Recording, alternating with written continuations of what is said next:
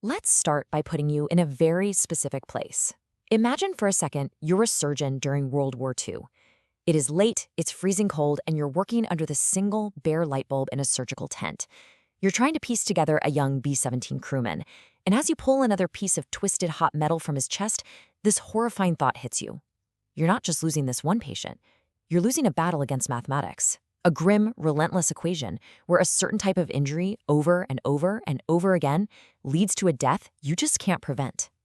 Well, one surgeon, a man named Colonel Malcolm Grow, he faced that exact same equation, and he decided to rewrite it. And the solution he found? It didn't just save his patients, it has almost certainly saved the life of someone you know today. So let's jump right in with what sounds like a riddle, right? What in the world is the connection between a knight in shining armor from the 1400s and a modern police officer on patrol today?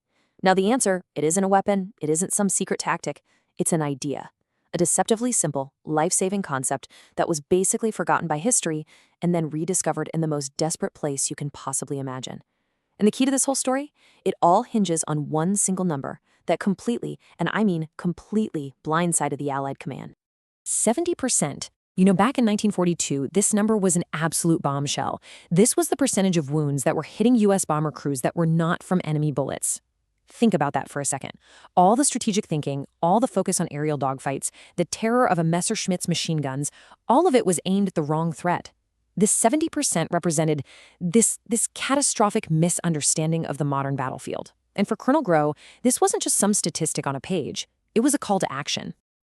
Okay, so let's go back to that operating table. You have to understand Colonel Malcolm Grow wasn't just any doctor. He was the chief surgeon for the 8th Air Force. That meant he was seeing the brutal daily cost of the daylight bombing raids over Europe. But a great surgeon, they don't just see the wound that's right in front of them. They see the pattern behind all the wounds. And Grow started to see a pattern that the generals, safe in their command bunkers, had totally missed.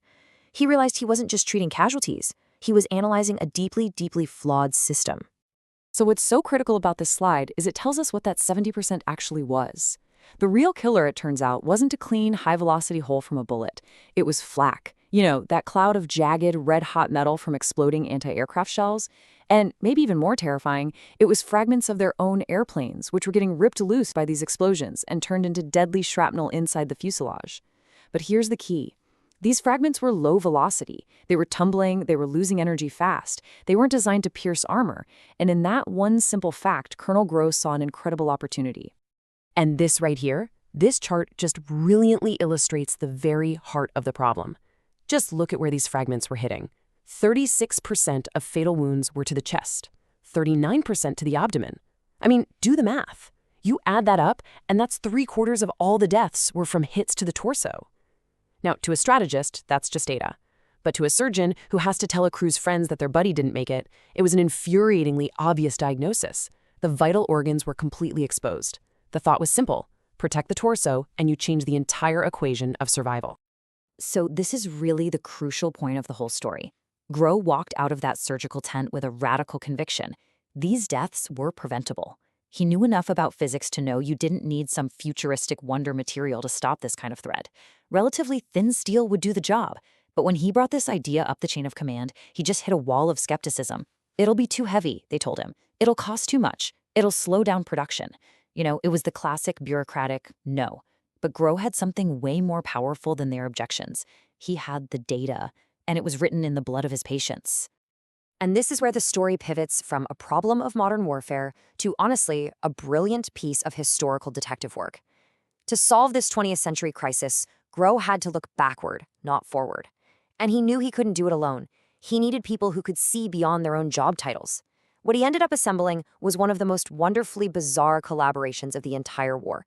A team that combined the operating room, the factory floor, and, you won't believe it, the museum gallery. So let's see how this incredible team came together.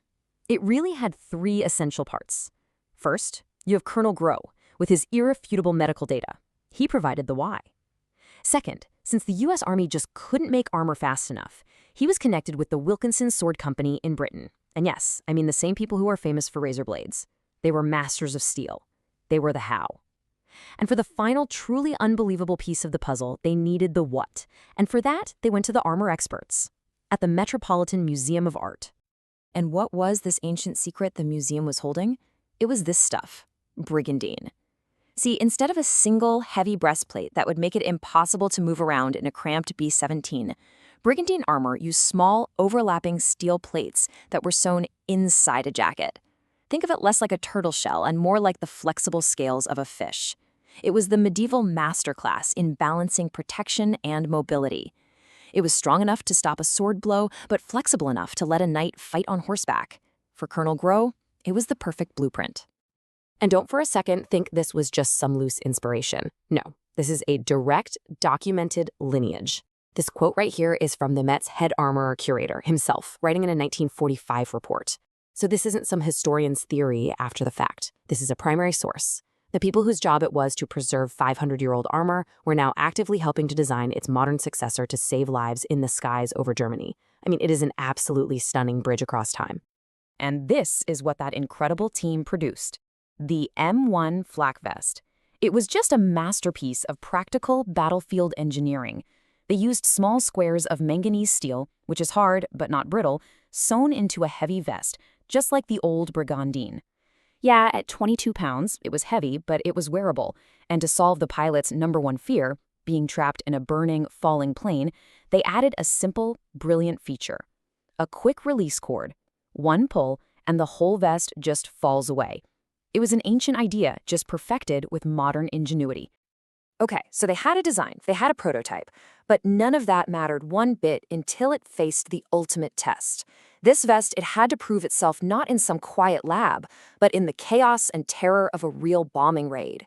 This was the moment where Grow's theory, his data, and his strange little alliance would either save lives or be proven a complete and utter failure. That proof came on a day that bomber crews would forever know as Black Thursday. It was a massive, incredibly costly raid on German ball-bearing factories. Tactically, the mission was a disaster. 60 bombers were lost. But back at the airfields as the survivors landed, medics started seeing something astonishing. They saw crewmen walking away from shredded planes, their vests dented and torn, with literal chunks of flak embedded in the steel plates, stopped just inches from their hearts. Amidst a terrible defeat, the vest had achieved an undeniable victory. And very quickly, the hard data backed up those battlefield stories. A formal study was launched, and the results, well, they were staggering. Before the vest, a hit to the torso was fatal 36% of the time. With the vest, that number plummeted to just 8%. This chart right here, this is the payoff. This isn't just a graph. It's a visual record of sons and husbands and fathers who came home because of this idea. This is the data that finally silenced the skeptics and turned a surgeon's pet project into standard issue for every man flying. Let's just put a really fine point on it. A 77.1% reduction in fatal chest wounds. That number isn't an abstraction. It represents a fundamental shift in the mathematics of war. It meant that the single most common cause of death for these flight crews was now suddenly overwhelmingly survivable. All because one surgeon refused to accept the status quo and had the wisdom to look for an answer in the past. But the story doesn't stop when the war ends. Not at all. The flak vest wasn't just a single invention. The principles that Grow and his team established, the idea of flexible, layered protection that was designed around real-world injury data, that created the very blueprint for every single piece of body armor that followed. It was the birth of a whole new philosophy of survival. And you can trace the DNA directly on this timeline. The steel plates of World War II, they gave way to lighter ballistic nylon in the Korean War. That evolved into the Vietnam-era flak jacket, and that leads directly to the advanced Kevlar and ceramic plate armor worn by soldiers and, just as importantly, by domestic police officers and first responders today. Every single one of them is a direct descendant of that medieval idea, reborn in a surgeon's tent. And as for Malcolm Grow himself, well, his work on the flak vest was just the beginning. He went on to pioneer better oxygen systems, heated flight suits, even psychological support for traumatized crews. His core insight was that a surgeon's job shouldn't start after someone gets hurt. He basically became a systems engineer for human survival, and for his revolutionary work, he was deservedly named the first ever Surgeon General of the United States Air Force. So, as we wrap all this up, the story really leaves us with a critical question, doesn't it? Colonel Grow's breakthrough wasn't some flash of futuristic genius. It was a flash of historical insight. He found a revolutionary answer because he was willing to look for it in a place nobody else was even thinking about: a museum. And it really makes you wonder, what seemingly impossible problems are we facing right now, where the elegant, simple solution we need is already waiting for us, just tucked away in the pages of history?